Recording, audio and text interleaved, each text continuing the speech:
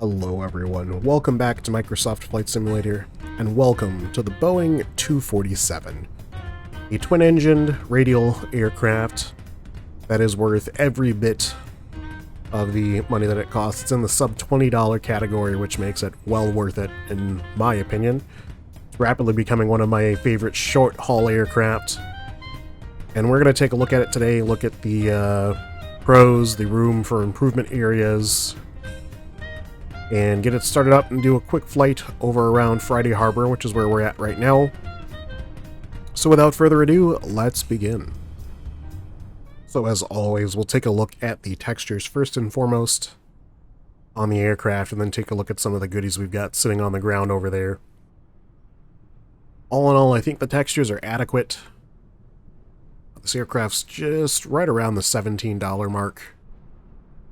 They do kind of fall apart as you get a little bit close, and then when you contrast them in conjunction with other textures, so the de-ice boots, for example, if you contrast those to the rivets on the wing just behind them, they kind of fall apart. But you step back a couple feet, and they come together relatively nicely.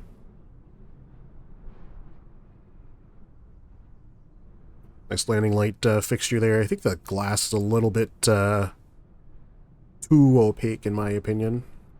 I do apologize. I'm working with Sim Update 10 reset my sensitivities for my free camera, so it's a little bit jumpy. But you can see we've got a nice landing light fixture and then a navigation light fixture as well. So actually when you have the nav lights on this aircraft, you'll get a dim navigation light of the landing light as well. Over to the Pratt & Whitney North American radial engine. Large amounts of detail on it here, including a data tag. Yeah, it is a Wasp. Okay, cool. So I started a R985 radial engine at my AMP school. I think it's slightly different than this. We did call it a Wasp, though. I think a Wasp is a family of radials, but nonetheless, very, very nicely modeled engine. Looks like it is missing what would maybe be a little safety wired penny for those of you who know T6 Texans. You know what I'm getting at there. But all in all, very nicely modeled engine. Even on the backside here, you can see tons of modeling where you don't need it. I think this is an oil tank here. You got your big, huge honking magnetos up there. Tons of different plumbing and stuff. And this is stuff you wouldn't even really be able to see outside of the aircraft. Like the detail on that bolt there, completely unnecessary, but completely appreciated. Obviously, you've got your cargo door here. Your various cargoes. Equipment bay behind that. Oh, went too far. Equipment bay behind that. Got your lead acid battery on the right-hand side wing. Work with me, camera, please.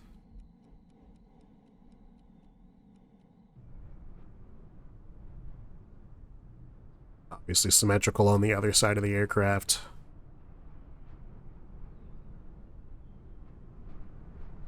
Nice blocker on the navigation light so you don't blind yourself as you're flying.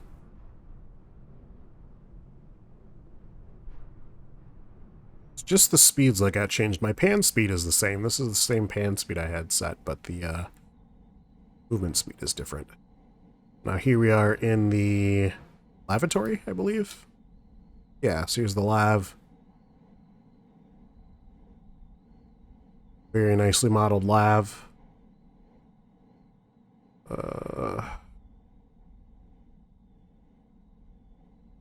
And your cabin. Individually modeled little lights here. You can toggle these on and off individually. Got my controls off. The fasten seatbelts and no smoking sign does work. Please. I go back into the cockpit here, and I throw on, we'll get rid of that. I throw on battery power, and I turn on the, it's already on.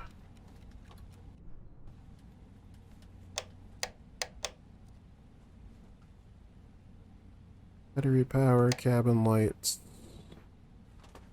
lights. There we go. So now you can see I've got no smoking fasten seatbelt sign on, as well as all of our overhead cabin lighting. Those guys there at night, they brighten up a good bit. Maybe we'll take a look at that once we finish our flight here. Oh, it did work before. Maybe it has to be nighttime for them to work.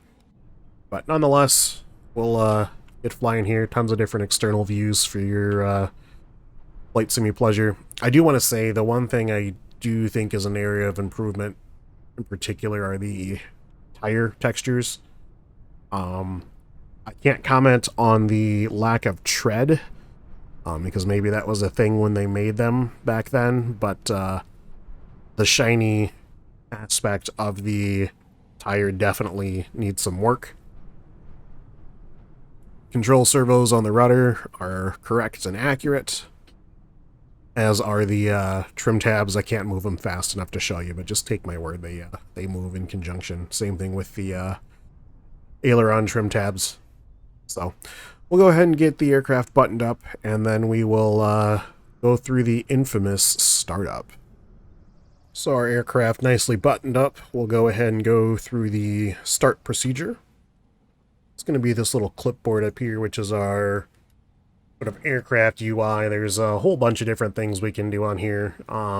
Big thing for flight is going to be your flight characteristics, max manifold pressure, stuff like that. So we'll be following this on takeoff. Then there's the passenger configuration. You can load, unload passengers, load, unload fuel and oil, and do tons of different ground handling things. We're going to throw the ladder on our left hand and right hand engines. Just outside there. There it is. And then this is the page I was doing our engine cowl and battery compartments on. And then you actually have different oil grades by the Society of Automotive Engineers for different operating temperatures. So right now we're using SE30, which is perfectly fine for our flight today. And this is a page talking about how to navigate via ADF. Obviously there's no VORs, no GPS, nothing like that in this airplane. So we're going to run through the startup, and we're going to get the airplane prepped. So first thing, we'll focus on this center section here. We're going to go ahead and monitor the left engine for manifold pressure. There is only one manifold pressure gauge in this aircraft, despite it being a twin. We'll turn the main valve on. We'll select the left engine. We will the right fuel tank, and we'll set our fuel selector to both.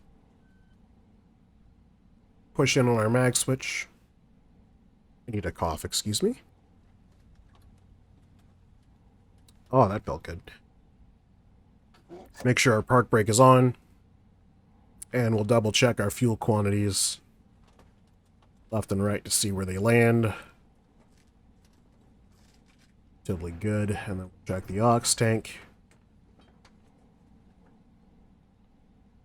as well. So we'll actually pull out of the aux tank for startup. We'll prime the engine. 1, 2, 3, 4, 5, and there's no exact science to this. It might be in the documentation somewheres, but so far I haven't had a problem. Get some airflow in here. See, that's my cheeky way of showing the additional cockpit immersion options that you have in the airplane. Cheeky. You can look out of as well. Prop and mixture to full rich. Well, full condition. Set our left mag to on. Clear prop. Mr. FS Realistic will announce clear prop for us. And this is where things tend to get tricky for some folks.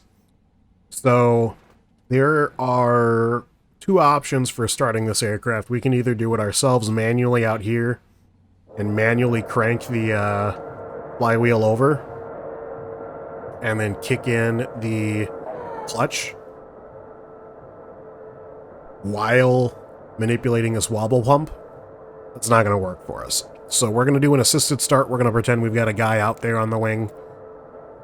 And we're going to wobble pump our fuel pressure between 3 and 5 pounds. So 5 pounds is at the 12 o'clock position.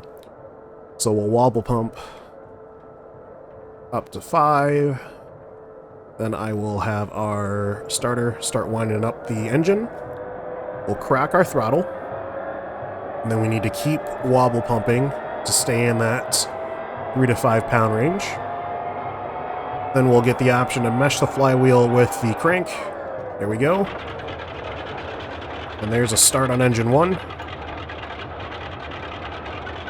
Engine number 1 is going to have your generator for power, charge your battery. And then engine 2 is going to drive all of your vacuum pumps. So we'll let everything stabilize out here, make sure we're right around 1,000 RPMs. A good charge state. We'll throw on the main battery. We'll throw on nav lights, our engine lights. Radio power can come on. And then we'll have him do the same thing on the left engine. So while he's throwing on that flywheel, we'll switch to right side engine. We'll monitor the right engine. Manifold pressure, prime 5 times. Magneto can come on. Grab that checklist again. Crack our throttle. Wobble pump up to 5 pounds. Start up the flywheel. Stay between 3 and 5 pounds on the wobble pump.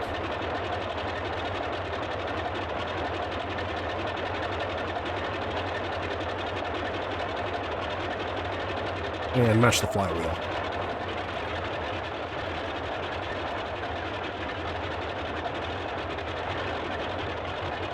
For that engine to come to life. See our DG doing some stuff there as we get vacuum power to the motor.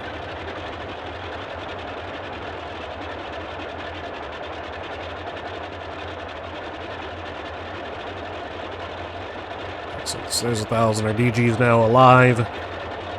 Got my oil coolers closed right now just to keep the engines warming nicely. We'll go ahead and shut those windows. Quiet it up just a little bit in here.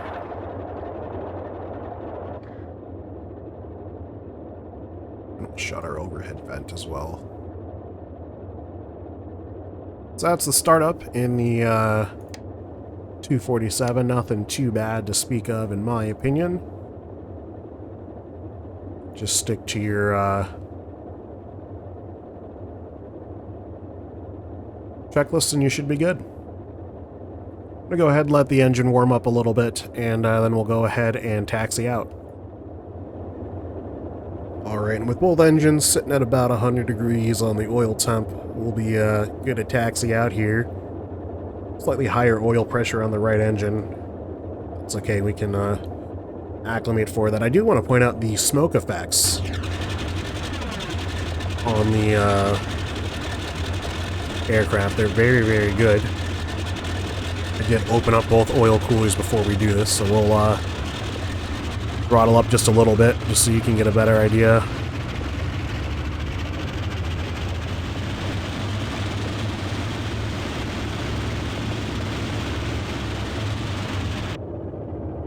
How they run smoke out of them. Looks even better when you're up in the air.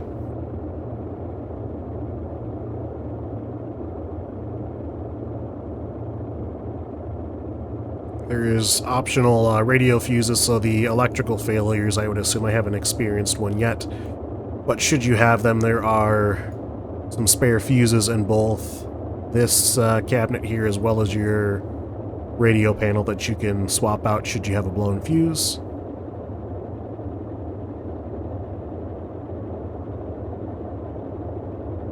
An adjustable foot air for both you and your first officer. Alright, that's enough looking at the pretty interior cockpit. Let's go ahead and get airborne here. Park brake off.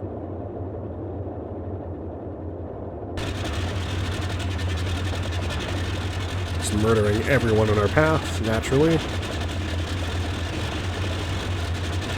You know, while I do still get bothered by flight sim freeze-ups like that, I watched a lot of other flight sim channels today, a lot of bigger flight sim channels than I am, significantly bigger, and they have the same problems, so I don't feel as bad when it happens to me anymore. I know it's not just my hardware. I kind of knew it wasn't my hardware to begin with, but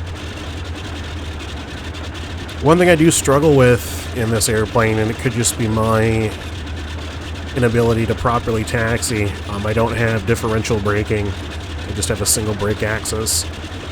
But I do have problems steering this aircraft. Now granted, Friday Harbor is probably kind of too small of an airport for this airplane. But those of you guys who don't have individual toe brakes, that's something you might want to take into mind. You can see on the inside of the landing light fixture those additional nav light fixtures I was talking about before. I think the nav lights look best right around now, kind of in that golden hour. When you get to nighttime, they're a little bit too bright in my opinion. They have like this really intense gleam that you would get like off of a LED or something. It's like a high intensity diode. Landing lights look good. I think the landing lights, funny enough, look better at night. But, I mean, they look good here. In high day, they struggle a little bit. Alrighty. Final check for our oil pressure and temperature. Good on both engines. Go ahead and get lined up here.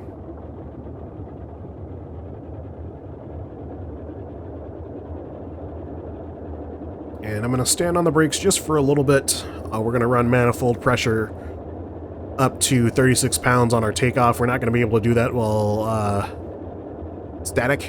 We will 100% overrun the brakes and nose the aircraft into the ground.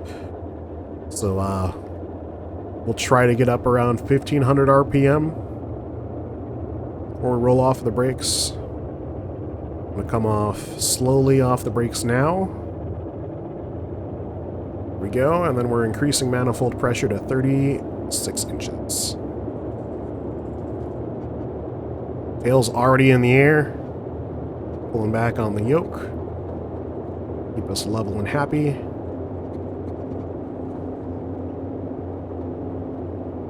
And we're in the air, just like that. Gear coming up.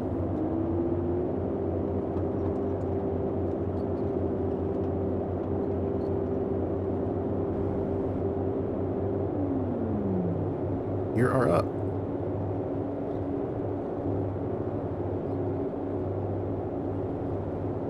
Oil temps and pressure still looking good.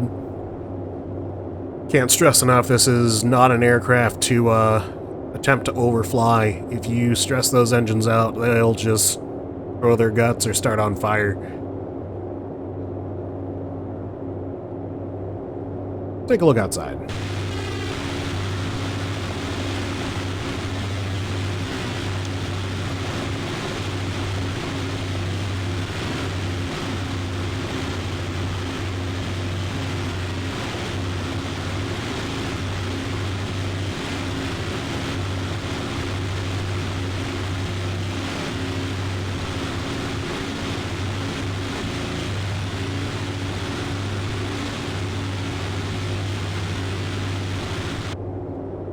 All in all, a very smooth flying airplane, very docile. Even if you are ham-fisted on the controls, it's relatively gentle to respond if I ream the yoke over to the right, then ream it over to the left.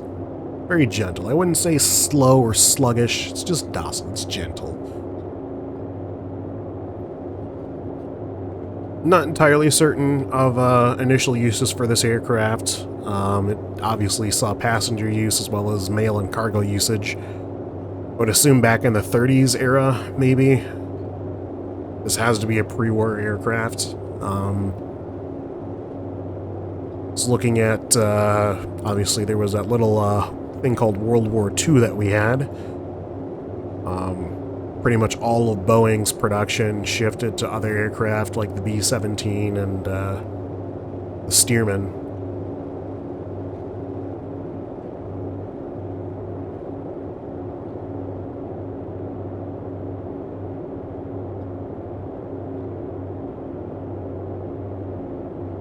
So we'll do a little flight around Friday Harbor and touch back down.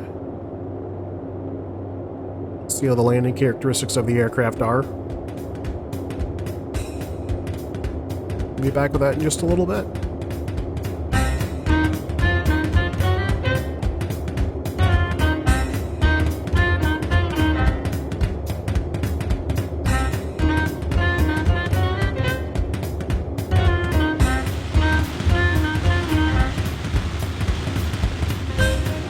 So as I had mentioned before, the importance of engine management. Obviously, as we increase our altitude, our outside air temp is going to fall. We're just below 40 degrees. I'm assuming that's Fahrenheit, with this being a Fahrenheit. And I saw my oil temp start to drop. We were at about 100 Fahrenheit when we started. And as oil temperature drops, its viscosity generally tends to increase. The inverse is true, obviously, as well. So we went ahead and shut the oil cooler shutters to hopefully get the oil temps back up closer to around 100. And that'll hopefully bring the oil pressures back down. Because while no oil pressure is probably worse, high oil pressure is it's bad too. You know, you don't want too much of either. That's why there's a good oil pressure range. Anyway, let's do some more scenic shots and then we'll cut back to a landing.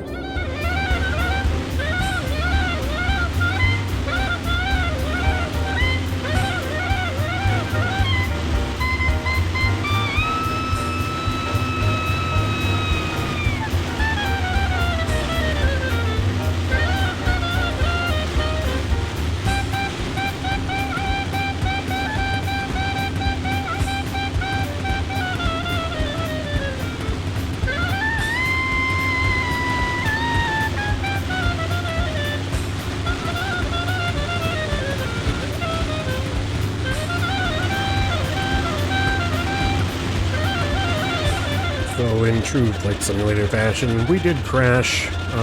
Not physically crash, the game crashed. Really waiting on that NVIDIA driver update now that some update times come up. But we switched liveries to this Empire Air.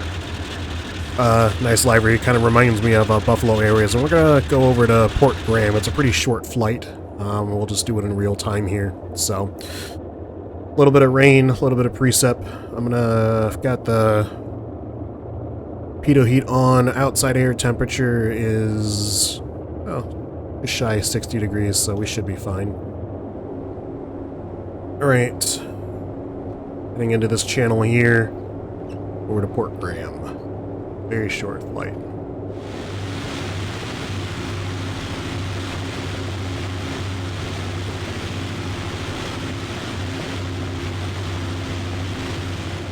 And there is our arrival airport, Port Graham, just down there.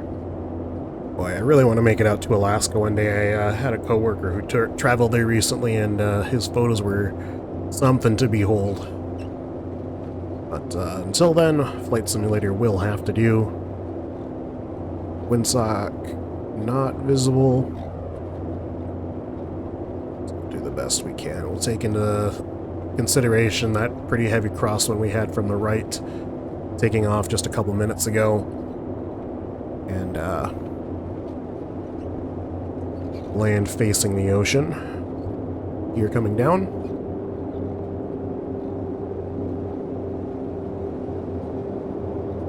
Obviously a less than VFR day today.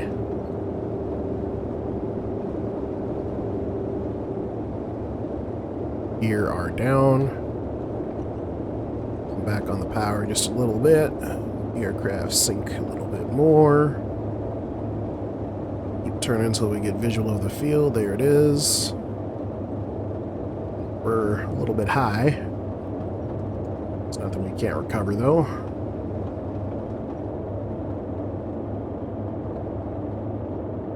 Pull back on power. And as we slow, we'll increase RPM to maintain that 1,000. Pretty good crosswind. Get that wing down. Oh, nothing too dramatic.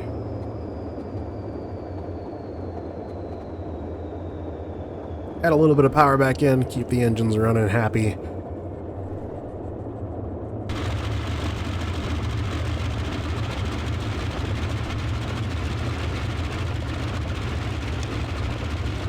So that is a short-ish field landing in the old 247.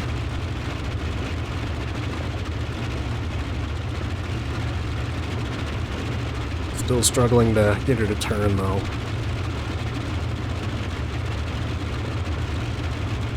Slight downhill. A hard right engine power.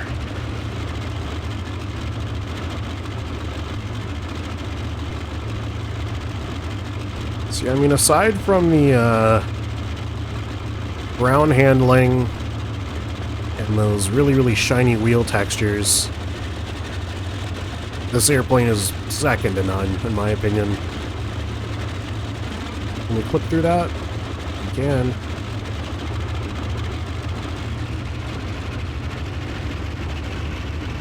Alright, park brake on.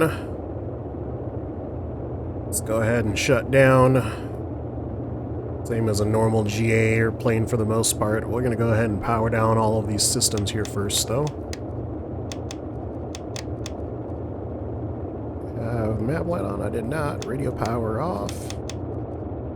Should be everything. Pull the battery. And we'll bring power back to about 1,000 RPM. Feather the props and cut the mixture. We'll do that from the outside.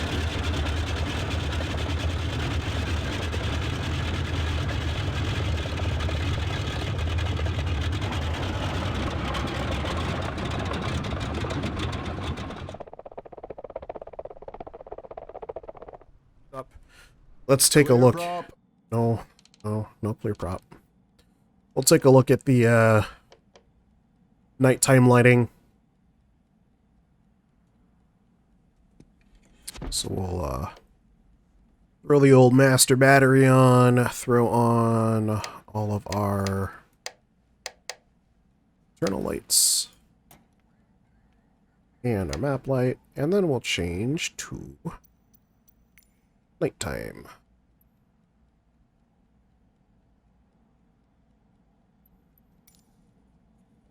So as you can see, it's a pretty minimal illumination suite, especially when you turn off the map light there.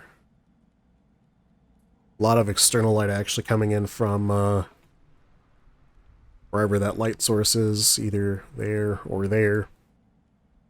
So we're getting a good amount of actually bleed in, but you can see how your engine controls don't have any real illumination if you have that map light off. Even when you turn it on, it's not super great. Shut all those off, and then we'll go into the cabin. You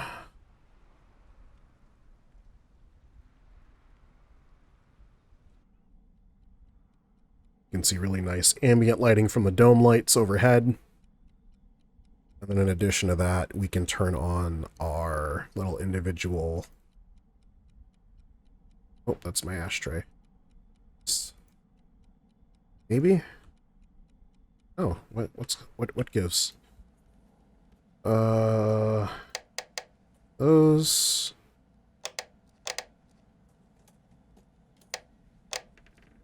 That's a 3-position light. Let's see what that's all about.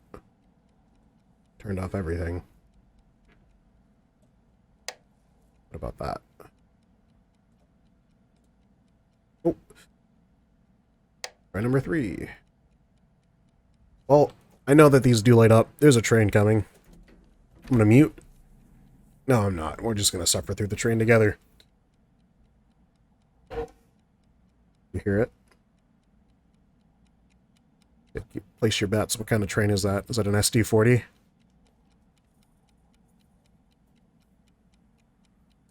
Ooh, no, it sounds more like a retrofitted Dash 9, maybe.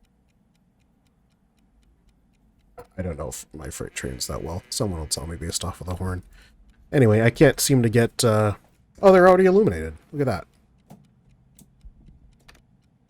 So I wonder if that, whatever that toggle switch is that I hit automatically turns all of them on. Not. No, it doesn't, because there's some that are on and some that are off. Interesting. I'm not entirely sure, what did that do? This airplane's full of little surprises and little things to futz around with. So, anyway, that is the Boeing 247. I highly, highly, highly recommend you guys check it out if you are interested. But that's going to do it for this video. I appreciate you guys sticking around and watching with me. I will catch you in the next one, and as always, take it easy.